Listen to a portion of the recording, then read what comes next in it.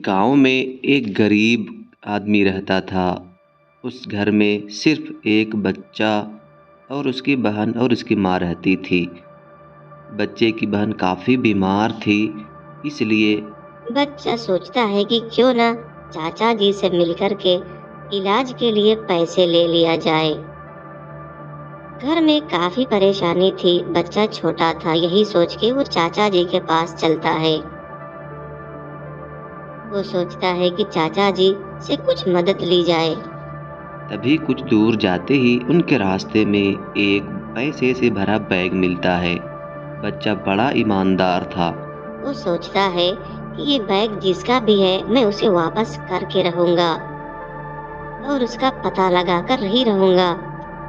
वो उसे उठा करके वो अपनी घर ले आता है। अपनी माँ को सारी बातें बताता है और कहता है कि माँ, मुझे कुछ उपाय बताओ, मैं इस बैग को उसके पास पहुँचा कर ही रहूंगा। पता नहीं बेचारा कितना परेशान होगा। ये उसका बैग गिर गया है और इसमें उसके पैसे भी हैं। वो बहुत परेशान होगा। माँ, मुझे इसको पहुँचाना ही होगा। बेटे की ईमानदारी देख करके माँ की आंखों में आंसू आ जाता है और कहती है, बेटा, भगवान तुम्हें और कामयाब करे, तुम और भी ईमानदार बनो। एक काम करो, तुम अखबार में इस खबर को छपवा दो, मालिक अपने आप ही आ जाएगा। बच्चा ठीक है माँ, ये बोल करके वो अखबार की तरफ चला जाता है। कुछ ही देर में अखबार वाले फैक्ट्री के पास जाता है, वहाँ के मैनेजर के पास, और उसको सारी बातें बताता है। क्या बात है? वो कहता है कि मैंने कल एक बैग मिला है मुझे, जिसमें सारे पैसे हैं। मैंने कहता है ठीक है। उसकी ईमानदारी को देखते हुए वो मैनेजर भी उस अखबार को छापने के लिए तैयार हो जाता है और फिर वो शुक्रिया जी, आप ज़रूर छाप दीजिए, ये कह कर के वो वहाँ से वापस चला जाता है।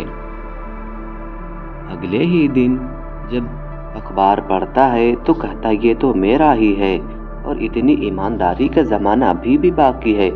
ये सोच करके वो चल कर मिल के आते हैं। ये सोच करके जिसका बैग था वो निकलता है अपने घर से